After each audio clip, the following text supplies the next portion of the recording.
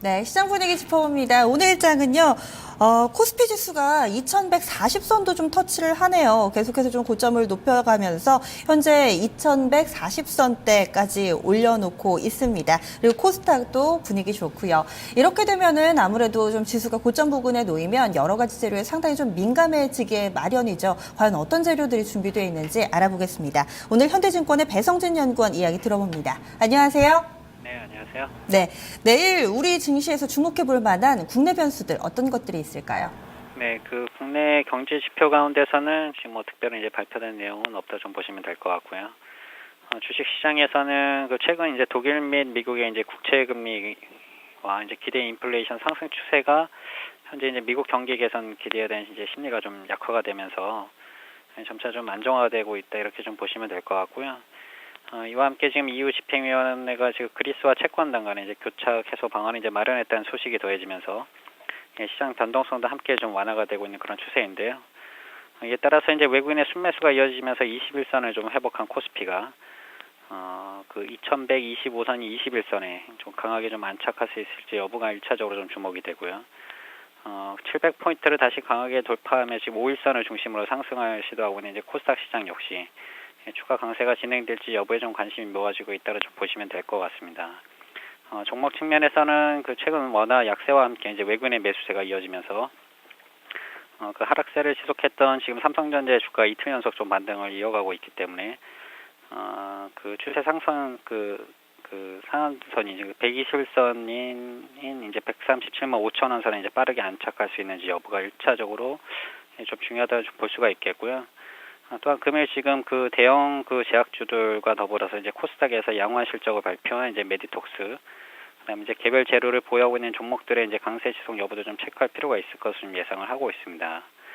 전반적으로 좀 글로벌 금리 급등세 안정과 함께 지금 국내 금리도 최근 안정세를 좀 되찾고 있어서 금일 증권주 및 일부 건설주들의 반등세가 좀 이어지고 있는데요.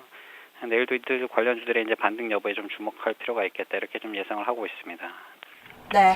1분기 실적 시즌에는 이 실적에 포커스가 맞춰졌다가 이제 다시금 유동성에 대해서 관심이 좀 커지고 있는 상황인 것 같아요. 간밤에 유럽 쪽에서는 ECB에서 추가 양적 완화 관련된 힌트도 좀 나왔는데 오늘 밤은 미국 쪽이죠? 네. 내일 해외 경제 지표 자체에서는 뭐 국내 증시에 이제 영향을 미칠 만한 변수는 없다 좀 보시면 될 것 같은데요. 관심은 아무래도 지금 말씀해 주신 대로 내일 새벽 공개되는 4월 미 FOMC 회의 의사록 공개라고 좀 볼 수가 있겠습니다. 지금 통화정책 정상화 관련 이제 논쟁이 그런 많은 시점에서 미국 경기와 금리에 대한 이제 연준 위원들의 이제 생각을 알 수 있다라는 점에서 이제 중요하다고 좀 볼 수가 있겠고요. 미국 페드가 지난 1분기 이제 경제 성장률 부진이 이제 뭐 날씨라든가 서부 항만 노조 파업 등에 따른 이제 일시적 요인으로 계속 평가를 했지만 최근 소매 판매라든가 이제 생산자 물가 지수 등 주요 경제 지표 발표가 좀 부진해가 좀 이어지면서 전일 찰스 에반스 시카고 연방은행 총재가 연준의 이제 물가 상승률 목표치 2%는 2018년에나 좀 달성 가능하다고 좀 언급을 했고요.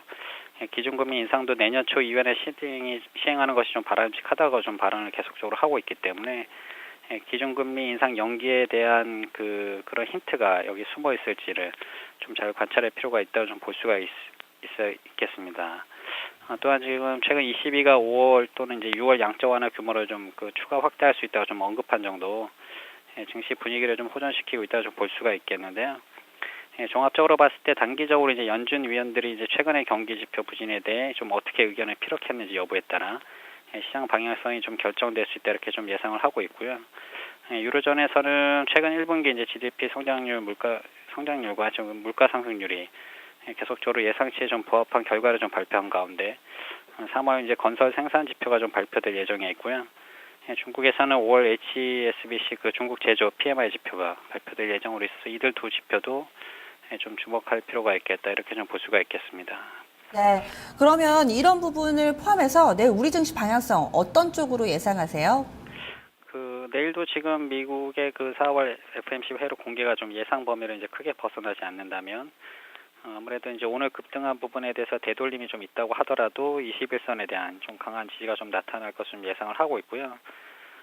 최근 글로벌 국제금리 안정과 더불어서 이제 그리스 문제가 점차 타협점을 찾아가고 있다는 소식, 이런 것들로 이제 증시 변동성이 좀 완화가 되고 있고, 유로존 GDP 성장률 발표 이후에 이제 추가 모멘텀이 조금 부재한 상황에서 무기 그 경기 지표 둔화에 따른 달러 약세, 그 유로화 강세 심리가 지속적으로 이미 그 시장에 많이 반영이 됐기 때문에 이후에는 지금 유로존 양적 완화 규모 확대 가능성으로 달러 강세 심리가 재부각되면서 이제 원화의 그 약세 흐름이 좀 이어질 수 있는 그런 환경이고, 기술적으로도 지금 달러 유로화 추이가 저항권에 좀 진입함에 따라서 다시금 이제 유로 캐리 트레이드 자금 흐름 반전과 함께 외국인 순매수 지속 여부가 좀 관심이 높아지고 이렇게 좀 볼 수가 있겠습니다. 따라서 1분기 기업 실적 발표도 지금 마무리 국면에 좀 접어들면서 2분기에도 이익 개선 추세가 이어질 수 있는 그런 종목들로 관심이 계속 이어지고 있다, 그렇게 보시면 될 것 같고요. 코스피에서는 기존 주도주인 이제 뭐 아모레퍼시픽이라든가 뭐 이제 LG생활건강, CJ, 한미약품, 유한양행 등이 계속적으로 좀 관심이 높아지고 있다, 이렇게 좀 보시면 될 것 같습니다. 섹터 가운데서는 2분기에도 견고한 이익 증강이 기대되는 에너지, 화학, 필수 소비재 섹터와 금리 안정시 좀 수혜가 기대되는 증권 및 이제 건설 섹터 등에도 계속적으로 좀 관심을 가져야 되는 그런 전략을 유지하는 게 바람직하다고 볼 수가 있겠습니다. 네, 오늘 말씀 고맙습니다. 감사합니다. 오늘 밤 미국에서 FOMC 의사록이 공개되기 때문에 이것을 확인하기 전에 사실은 방향성을 이야기하는 건 힘듭니다. 그렇지만 20일 이동평균선이 위치해 있는 2125포인트에서 지지는 확인될 것이다. 이 부분은 좀 명확하게 이야기를 해주셨네요. 집중 골든타임 1부 여기서 마칩니다. 잠시 후 2부에서 마감 상황 짚어드립니다.